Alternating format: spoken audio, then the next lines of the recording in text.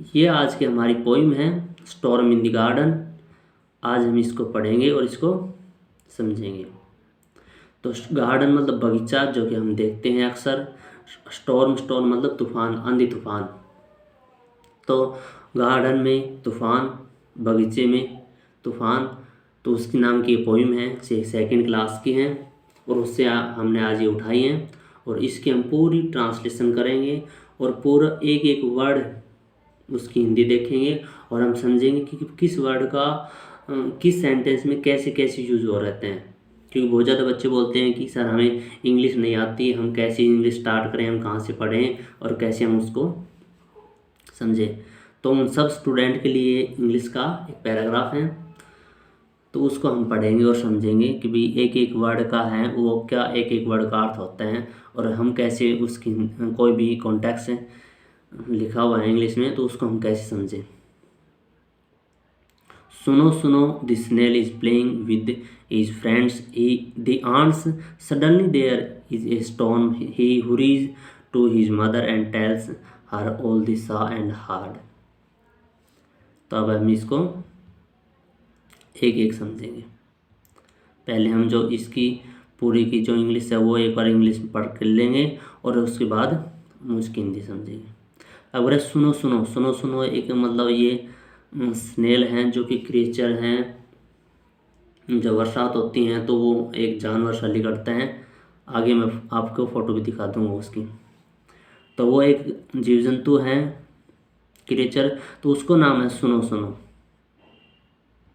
तो वो क्या है, is playing with his friend. Friend मतलब दोस्त हमारे। तो वो उसके दोस्तों के साथ खेल रहा होता है। द एंटी, एंट मतलब चिट्टी, ए एंटी।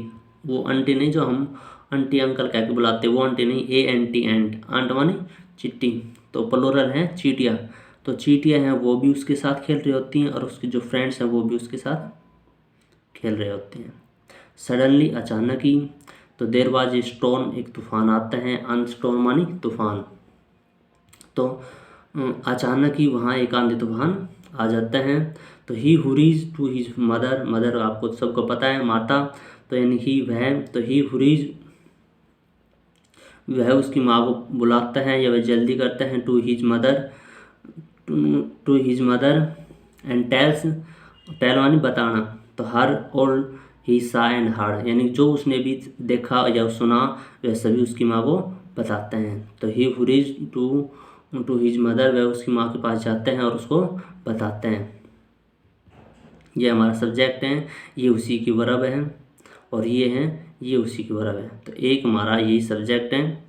तो मैंने आपको समझा भी रखा है कि एक सब्जेक्ट के ये दो दो प्रेडिकेट है जो कि हैंड्स इन्होंने कनेक्ट कर दिए। अब हम इस पैरे को देखते हैं।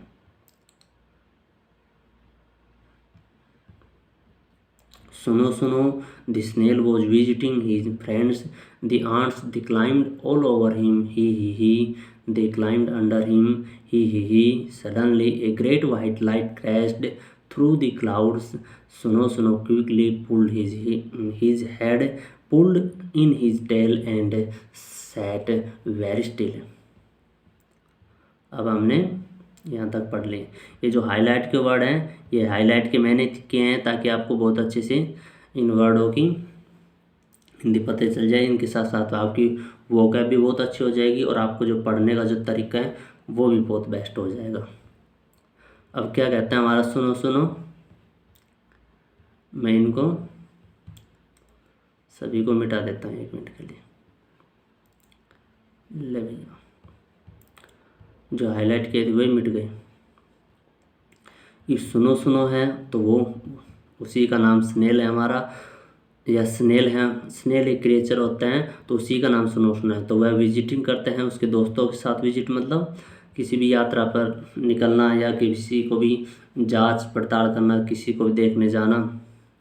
फ्रेंड हमारे दोस्त तो वह उसके दोस्तों के साथ विजिट करते हैं। एंड और ये भी कॉम में से जोड़ दिया तो ये हमारे सेम वही उसी ऐसे नाउन ऐसे हम टैग से जोड़ते हैं। एंड मानी वही चिंटी, ए एंटी, वो आंटी वाला अंकल नहीं, ए एंटी मतलब आंट चिट्टी। तो जो चिट्टी होती हैं ये जैसे तस्वीर में भी दिखाई गई ये वाली। तो उन चिट्टी और उसके दोस्तों के साथ वो विजिट पे जाते हैं। तो दे क्लाइम्ड, दे का अर्थ हमारा वे मतलब सब, कि आंट भी फ्रेंड भी और जो स्नेल है वो भी, नहीं दे का मतलब आंट और हमारे फ्रेंड है। और क्लाइम मानी चढ़ना, तो ऑल ओवर हिम, तो यानी कि वे सभी उसके ऊपर मतलब चढ़ जाते हैं या उसके ऊपर बैठ जाते हैं। जैसे थोड़ी देर में फ़ोटो दिखाऊंगा जब पता चल जाएगा आपको। जैसे ये चढ़ गए, ये स्नेल नाम का एक कोई क्रीचर है और ये चींटी हैं और ये उस पर बैठ गई हैं। तो यानी वे उसके ऊपर चढ़ गई, ऑल ओवर हिम उसके ऊपर चढ़ गई, क्लाइम माने चढ़ना, और ही तो ही के मन कहता है ये देखो देखो जुकाम लग जाती है आते ही। तो ये एक्सक्लेमेशन को मार्क है, एक्सक्लेमेशन मार्क का मतलब ये एक्सक्लेमेशन सेंटेंस। और ये एक्सक्लेमेशन सेंटेंस क्या होता है, मतलब जब भी हम कोई सडनली कुछ भी एक्सप्रेस करते हैं, वो चाहे दुख में हो चाहे सुख में हो, अचानक हो या कैसे भी हो, और वो हमारा एक सेंटेंस बन जाते हैं, या फिर जो भी हम साउंड निकालते हैं अचानक वो भी हमारा सेंटेंस बन जाते हैं। तो इसलिए ही कि उसने एक साउंड निकाली, एक्सक्लेमेशन से हमें पता चल रहा है। तो मैंने आपको ये समझा भी रखा है कि भी ये हमारा एक्सक्लेमेशन सेंटेंस है, ये ऑप्टेटिव सेंटेंस, ये हमारा कौन सा सेंटेंस है, इसकी वीडियो डिटेल से है। तो उसने ही की साउंड निकाली। तो दे क्लाइम अंडर हिम, तो उनमें से कुछ है, तो क्लाइम मानी चढ़ना, अंडर मानी नीचे, हिम मानी वह जो पर्सन है या जो क्रिएचर है। तो यानी कि वे सभी उसके कुछ ऊपर चढ़ गए और कुछ नीचे उसके चढ़ गए।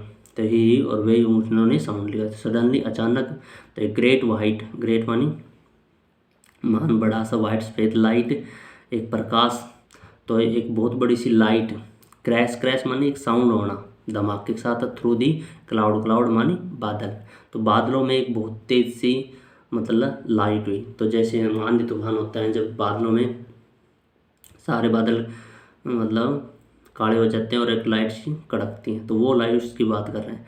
तो सुनो सुनो क्विकली, क्विकली मतलब जल्दी से, तो पुल ही इन हिज हेड, तो यानी उसके सिर को वो खींच लेते हैं, खींच लेता मतलब जो कछुआ है, कछुए का हमारा जो ऊपर का वो जो ढांचा रहता है, तो उसमें कछुआ अपना सिर छुपे लेता है। तो ऐसे सेम ही स्नेल एक क्रीचर है, तो जो इसकी जो खाल से हैं इसमें ये अपना सिर छुपे लेता है।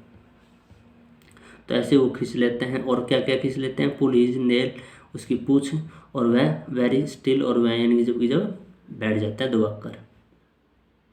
तो कोमा का मतलब ये सारे जो ये हैं पुल इन्हीं, तो ये मतलब इसी से जुड़े हैं। तो पुल हमारी वर्ब है, इसमें पुल हमारी वर्ब है, तो ये सेम सेम सब इसी के लिए यूज हो रहे हैं।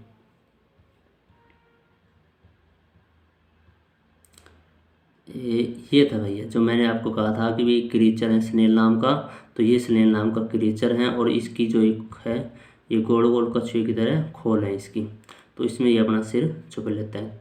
तो ये स्नेल नाम का एक क्रीचर है। अब आगे देखना क्या होता है। अब हम इसको पहले पूरी को इंग्लिश में पढ़ेंगे और फिर उसको समझेंगे एक एक वर्ड के Hindi. Outside the sky grew dark and the crow flew past, तो का ओ but where were the ants, सुनो सुनो suck out his feelers and looked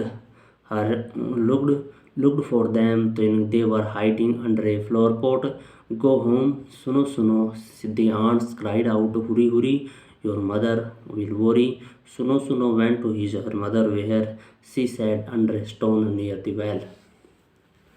अब इसको देखते हैं। आउटसाइड मतलब बाहर की ओर, तो स्काई मतलब आकाश, ग्रू का पास्ट है हमारा, और ये जो फ्लू है ये फ्लाई का पास्ट है हमारा।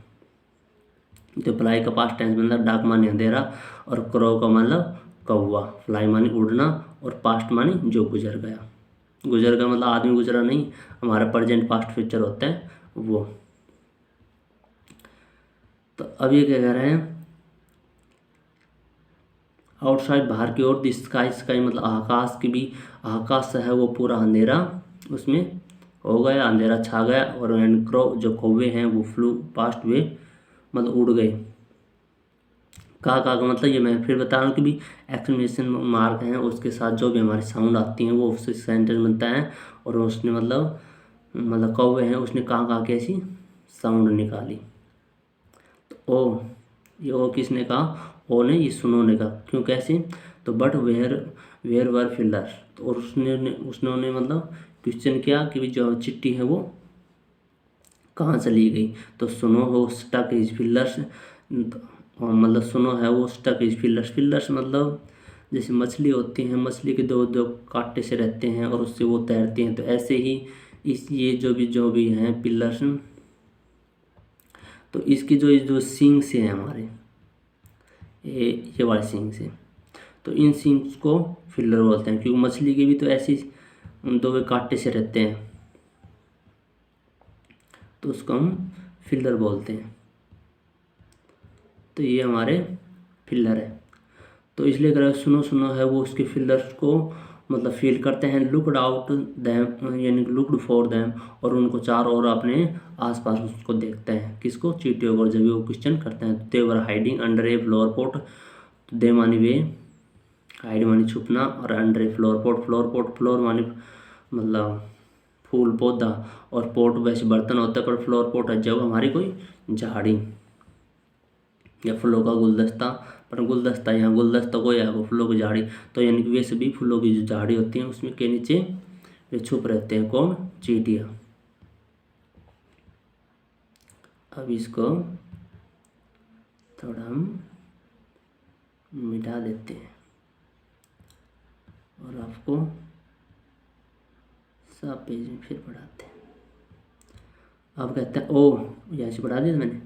तो अब कहता है गो होम, सुनो सुनो। तो सुनो सुनो द आंट्स क्राई आउट। तो जो चींटियाँ हैं वो क्राई आउट मतलब कॉल आउट करना, बुलाना, किसी को भी चिल्लाना, पुकारना। तो यानी कि वे उसको पुकारते हैं, सुनो सुनो, गो होम, घर जाओ, हुरी हुरी, हुरी मतलब जल्दी करना। तो योर मदर, आपकी माँ है वो आपके लिए चिंता कर रही होगी, इसलिए आप घर चले जाओ। तो जिस हिसाब से मैं आपको पढ़ा रहा हूँ, तो उस हिसाब से आपको एक एक वर्ड देखना है और पूरे अच्छे से समझना है कि मैं किस वर्ड पर क्या बोल रहा हूँ, क्या पढ़ा रहा हूँ और क्या समझ रहा हूँ। और ऐसे ही आपको भी छोटी बुक है वो उठानी है और उसको ट्रांसलेशन करनी है, उसका एक एक वर्ड का मीनिंग देखना है। और फिर मैंने जो सेंटेंस समझाए हैं उसके अकॉर्डिंगली आपको पेन कापी लेकर लिखना है और प्रैक्टिस करनी है, ताकि ये सेंटेंस कैसे बना हमारा, या कौन सा बना सेंटेंस और इसका अर्थ क्या है। अब भाई साहब क्या कहते हैं? सुनो सुनो वेंट्स टू हिज मदर। कि सुनो सुनो ये हमारा सब्जेक्ट मान लो, या जो उसका नाम है क्रीचर का, स्नेल का, तो वो नाम, तो वह कहते हैं वेंट टू हिज मदर, यानी कि अपनी, ये सुनो सुनो है वह उसकी माँ के पास गया। कहाँ? तो where he sat under stone near the well. Where मतलब कहाँ भी होता है और वेयर मतलब जहाँ भी होता है। तो इसका सारा फंडा भी समझना। सी मतलब वह, सेट मानी बैठ जाना, अंडर स्टोन, स्टोन मानी पत्थर, नियर नज़दीक, वेल मतलब कुआं। तो अब कहते हैं कि मतलब यानी वह उसकी माँ के पास गया जहाँ वह, यानी कि एक कुएं के पास पत्थर के नीचे उसकी माँ बैठी हुई थी, तो वहाँ उसके पास गया। तो ये भी जो है मैंने आपको समझाया होगा कि ये जो है ये हमारा डबल एच फैमिली का इंटरवेटिव एक प्रोनाउन है, साथ साथ रिलेटिव प्रोनाउन है, साथ साथ एक कंजक्शन भी है। तो ये उसका काम कर रहे हैं, कंजक्शन को तो इस माँ के लिए यूज है कि भी विच मदर, या कौन सी मदर या कहाँ बैठी थी, तो उसके रेफरेंस में ये पूरी जो क्लॉज हैं वो हमारी यूज हैं। तो उसका भी हमने एक वीडियो बना रखी है, वो भी आप देख सकते हैं। तो ये आप कहोगे कि भाई वेयर का तो हमने अर्थ पढ़ा था, कहाँ? आप कह रहे हो जहाँ। तो कहाँ जब होता है, जब हमारा इंटरगेटिव के साथ हो तब, क्योंकि जब उसमें क्वेश्चन पूछा जाता है। ये हमारे यहाँ देखो कोई भी इंटरगेटिव का साइन नहीं है, तो इससे पता चलता है ये हमारा इंटरगेटिव का वर्ड नहीं है, ये हमारा एक कंजक्शन है। दूसरी चीज़, अगर ये हमारा इंटरगेटिव होता तो यहाँ तो साइन पाता है इंटरगेटिव का, साथ साथ हेल्पिंग वर्ब आती जो हमारी, वो भी तो पहले आती। जब इंटरगेट बनाते हैं तो सब्जेक्ट से पहले हमारे हेल्पिंग वर्ब आती हैं, तो वो भी नहीं है। तो इससे पता चल रहा है कि हमारी ये इंटरगेटिव नहीं है। तो फिर अम्मा, वो अम्मा कहते हैं कौन, सुनो सुनो, वो अम्मा कहते हैं। तो there is storm in garden, की गार्डन में एक तूफान है। आई हार्ड द वाइंड, मैंने यानी सुना है, वाइंड माना हवा, और हार्ड मानी सुनना। हियर की पास्ट है हमारी, HEAR, हियर की हमारी पास्ट है, ये सेकंड फॉर्म है। तो ब्लो ब्लो मानी यानी कि हवा का बहना। तो यानी मैंने सुना है यानी कि हवा को बहते हुए, और यानी वो फिर मैं बताया था एक्सप्लेनेशन के साथ जो भी साउंड ले करती है वो, तो वो हवा कैसी थी जो कि, या उसकी जो साउंड थी वो कैसी थी, ऊ की उसकी साउंड थी। हम अब इस पूरे को बड़े प्यार से, सावधानी से, सही तरीके से इसको पढ़ेंगे। अगर आई सा ट्री, तो सा मानी देखना, आई मानी मैं, और ट्री मानी पेड़। तो मैंने पेड़ों को भी देखा है, से करते हैं। तो से मतलब कि भी हिलना डुलना, जब आंधी तूफान आते हैं तो पेड़ सारे हिल डुल जाते हैं। तो इसके आप डिक्शनरी में भी इन सब का मीनिंग खोज सकते हैं, जिसका भी मीनिंग नहीं मिला उसका।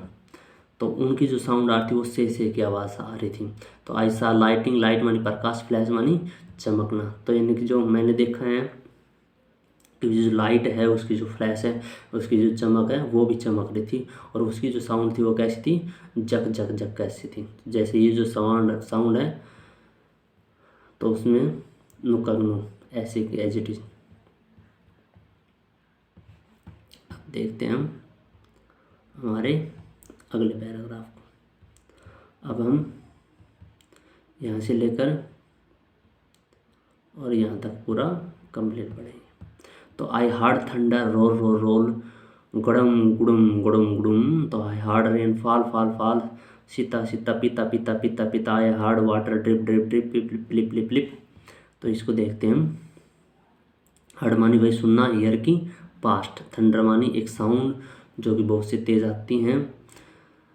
तो एक बार मैंने सुना है आवाज़ को रोल रोल करते, मतलब घूम घूमते हुए, क्योंकि रोल रोल ऐसे। तो उसकी जो साउंड है, क्योंकि सेम सेंटेंस हमारा यूज़ हो रहा है, इसलिए हम छोटी बुक पढ़ने चाहिए, ताकि मतलब इतना हमें मतलब हर वर्ड का डिक्शनरी मीनिंग न खोजना पड़े, और सेम कॉन्टेक्स्ट हमारे जल्दी समझ में आ जाए। तो इसलिए मैं थोड़ा जो हार्ड बुक हैं, या जैसे मान लो न्यूज़पेपर होया, या फिर कोई लिटरेचर होया, या फिर कोई जिसमें ज़्यादा वर्ड मतलब आपको सर्च करने पड़े, या हर वर्ड की आपको मीनिंग देखना पड़े उससे, इसलिए मैं नहीं उठाता उसको। और उसमें कॉन्टेक्स्ट भी आपको अलग अलग मिलेंगे। तो जो नया स्टूडेंट है उसको सीखने में ये बहुत दिक्कत आएगी।